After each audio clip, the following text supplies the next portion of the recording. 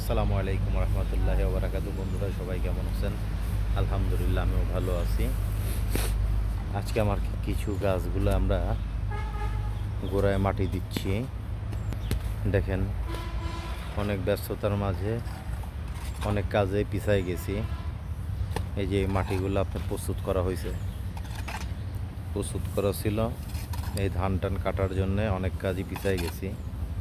বিভিন্ন গাছের গোড়ে এই যে আমরা এইভাবে মাটি দিয়ে গাছের গোড়টাকে সিলাই দেওয়া হচ্ছে, যাতে গাছটা ভালোভাবে হয়। এইভাবে প্রতিটা গাছকে গোড়ায় মাটি দেওয়া হবে। প্রতিটা গাছের গোড়ে মাটি দিয়ে দেবো ইনশাল্লাহ।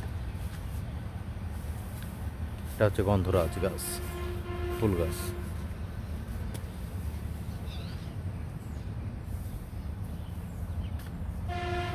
দেখেন গাছের গোড়টাকে কত সুন্দরভাবে ছড়াই করে দেওয়া হচ্ছে। ভাই ওই সাইডে একটা পা দিয়ে ভাই একটু চাপা দেন গাছের গোড়ে। হ্যাঁ হ্যাঁ, চাপা দেন। দেন একটু জোরে জোরে দেন। হ্যাঁ একটু নিচে দেন, একটু নিচে। হ্যাঁ একটু নিচে নিচে নিচের দিক নামেন। হ্যাঁ হ্যাঁ হ্যাঁ হ্যাঁ হ্যাঁ, বাস বাস, থাক। দেখেন গাছটা কত সুন্দর সোজা হয়ে গেছে। মাশাল্লাহ মাশাল্লাহ। আগে খেয়ারগুলো সরায় নেন।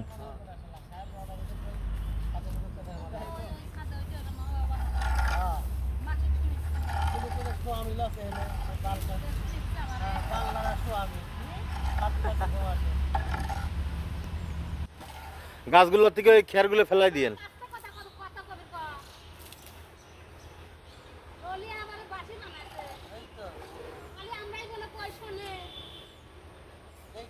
লেন লেন লেন, নিয়ে আসেন।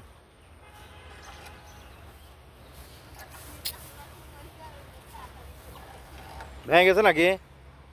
হ্যাঁ,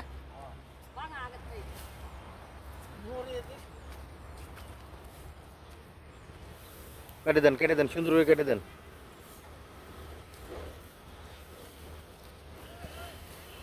কেটে দেন, ওইভাবে টানেন না।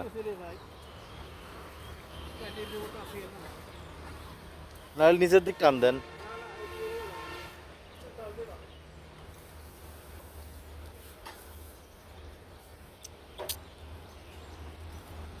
ওই দিক দিয়ে দেন, হ্যাঁ ওই দিক দিয়ে করে দেন। হ্যাঁ,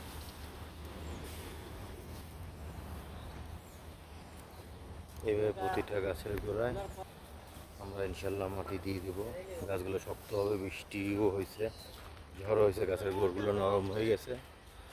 ইনশাল্লাহ ভালো একটা কিছু আশা করা যায়। সবাই আমাদের জন্য দোয়া করবেন, 5 ওয়াক্ত নামাজ পড়বেন। আসসালামু আলাইকুম রহমতুল্লাহি ওয়া বারাকাতুহু।